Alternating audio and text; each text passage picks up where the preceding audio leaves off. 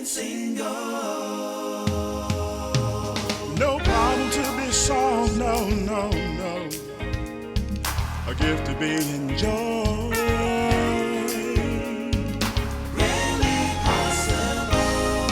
Living single and Hello, I'm Debbie Adebayo. I'm the host of Living Single and Loving It. This is the television outreach ministry of Singles Pleasing the Lord. And once again, we are excited for the opportunity God is giving us to speak into the life of the single adult community. We pray that you will be blessed by tonight's programming and that God will say something that will benefit you and bring about transformation. Got a brand new topic, and I'm calling it Thirsty.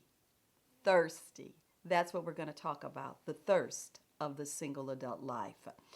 All of you understand thirst from a natural perspective. Thirst is a sensation of dryness in the mouth and the throat, and it's associated with a desire for liquids. And it's normal to feel thirsty, particularly after you eat something spicy or salty, or I work out from time to time, and when I come back from the workout, I'm thirsty because I've sweated and I've eliminated liquid from my body that way.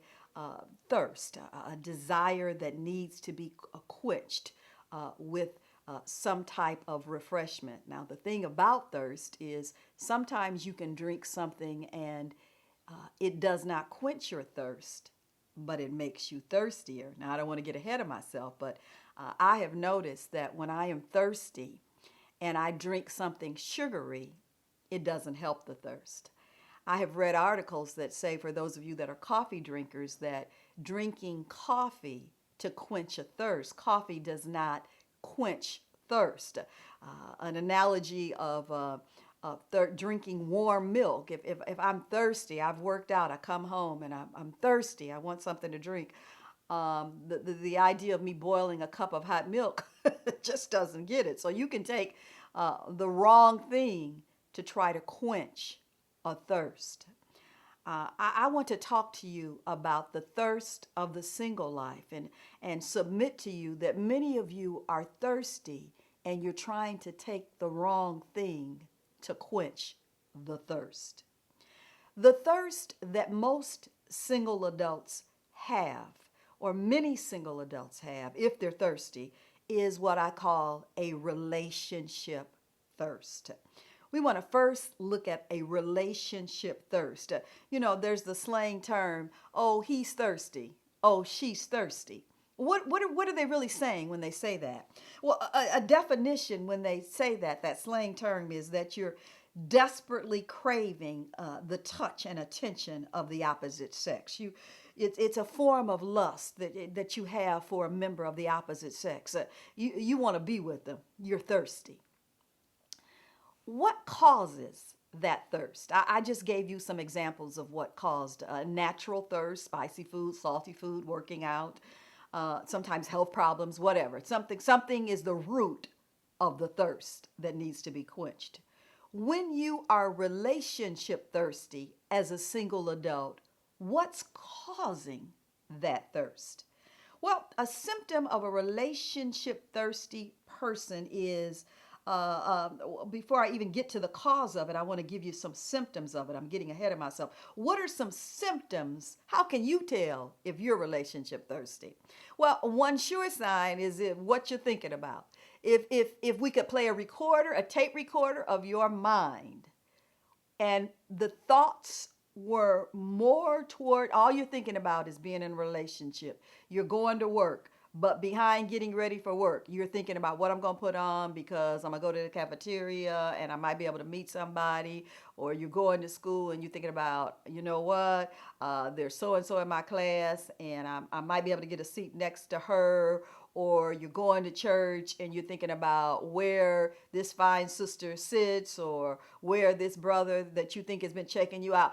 If be in your mind, that's all that's going on all the time is meeting somebody. That's indicative of the fact that you might be relationship thirsty. We have events, and most of our events are in the Chicagoland area. That's why we I have developed and are in the process of developing a significant online program for those of you that are outside the Chicagoland area. But when we hold events here in the Chicagoland area, I watch single men as they women as they come in, and some are coming hungry for the word, but some are coming in and they're not thirsty for the word. They are thirsty for someone to meet, and they begin to look around to see is there is it, because I'm thirsty. I'm looking for something, and they're checking out our environment to see if it will quench their thirst. Got relationships on your mind, and it's nothing wrong with wanting a relationship. Let me balance what I'm saying here. I'm not saying that you shouldn't want a relationship, but I'm also saying that if that's what's on your mind all the time, you are thirsty. You're unable to experience contentment and satisfaction from any other source. You have made up in your mind that God's got to send me somebody, I got to be with somebody, and if that's not happening, I'll never be happy. You are thirsty. When you do things to attract attention to yourself, when you're seductive in your dress, when you're showing your body off, when wearing the muscle shirt or and you're doing it for the purpose of drawing attention to yourself from the opposite sex, you're thirsty. Yeah, you're thirsty. When you're forward and aggressive in your approach, you're a woman. You don't wait for him to make the first move. You all up in his face, and you're always there, and you always got conversation, and you're always texting, and you're always messaging on Facebook posts, and you're always there, or you're always chasing after her, and you're always running in behind her. You're probably thirsty. If when you're willing to settle. We did some teaching series on settling a few weeks back. If you're living in the realm of settle, you take what you can get instead of God's best, the standards that God has put in your heart. You're thirsty. You want it. You're craving it. When you give up too much too soon, you're thirsty. When you think I got to seal this deal, so I'm gonna seal it because I'm gonna sleep with him. If you got to seal the deal by sleeping with them, and you know that if I sleep with them, if I give them the kind of sex that they want, I'm gonna get a relationship out of this. You are thirsty. What?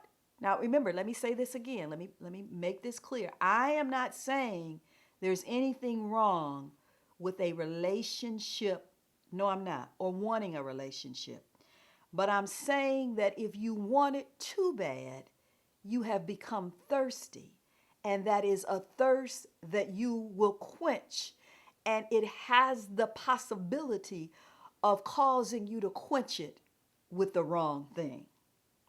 What causes this kind of relationship thirst?